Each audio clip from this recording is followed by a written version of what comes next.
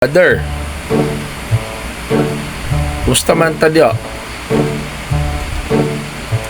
Gusto man to mga chicks diyo? Ano, pwede ko kung kayo makita. Ayan ang kabit. Ayan, kalilang kakuha. Kaya man chicks mo ni Father.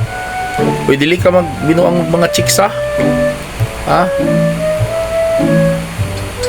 Ang mga chicks, dili na dapat pasakitan. Bot! Mother, ha? Dapat na sila higugmaon, palanggaon, dili binuangan, ha? Father!